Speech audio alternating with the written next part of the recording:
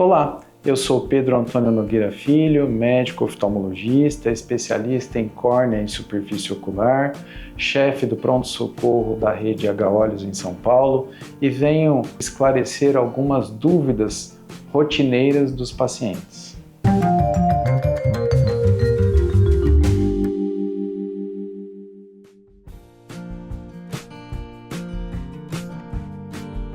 A perda da visão ela pode estar relacionada a uma série de ocorrências. De acordo com a Organização Mundial da Saúde, a principal causa de cegueira reversível no mundo é a necessidade do uso de lentes corretivas, ou seja, os erros refracionais, que levam o indivíduo a ter uma série de desconfortos e dificuldades para a realização da leitura, porém, isso é corrigido através do uso dos óculos. A segunda principal causa de cegueira reversível é a catarata, condição que acontece a partir dos 50, 60 anos de idade e que leva à necessidade de um procedimento cirúrgico para que esse paciente tenha novamente a sua visão adequada e possa utilizar rotineiramente a sua capacidade de leitura e literalmente enxergar de forma adequada.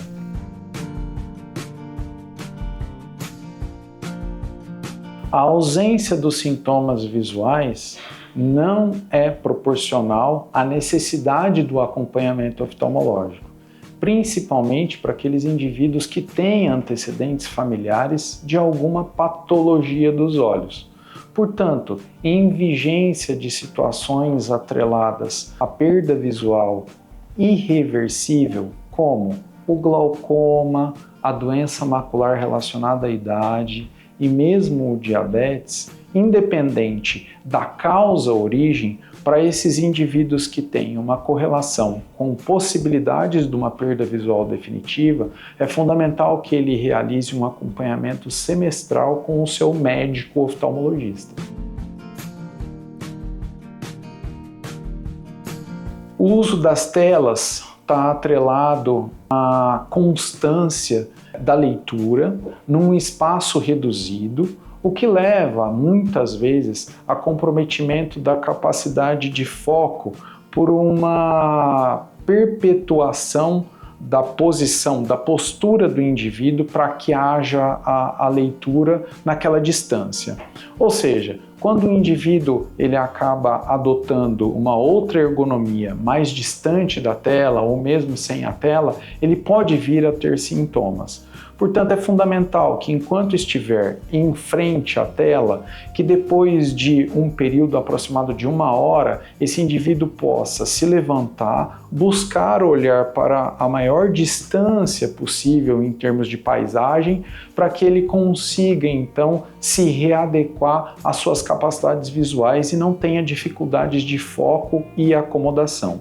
Porém, independente disso, as telas elas estão atreladas a uma condição chamada olho seco evaporativo, que acontece pela diminuição do número de piscadas que o indivíduo faz ao longo da leitura e da persistência em frente às telas. Muitas vezes se faz necessário o uso dos colírios lubrificantes e uma outra situação que pode auxiliar nessa condição é que o indivíduo ele mesmo se force a piscar mais vezes para que ele tenha um conforto mais adequado e possa encerrar o seu dia de forma mais leve. É fundamental que haja um acompanhamento médico oftalmológico, tanto para uma condição de cegueira reversível, como a necessidade do uso dos óculos ou da cirurgia de catarata, como situações que poderiam levar à cegueira irreversível, que seriam as 3 principais: o glaucoma, a doença macular relacionada à idade e o diabetes. O mês de abril é o mês de prevenção às doenças dos olhos, é o mês de prevenção à cegueira, e a ele é dado como definição a classificação de abril marrom. Portanto, para você que acompanha o vídeo, é fundamental que você tenha um acompanhamento oftalmológico. Para os indivíduos economicamente ativos, o ideal é que esse acompanhamento seja anual.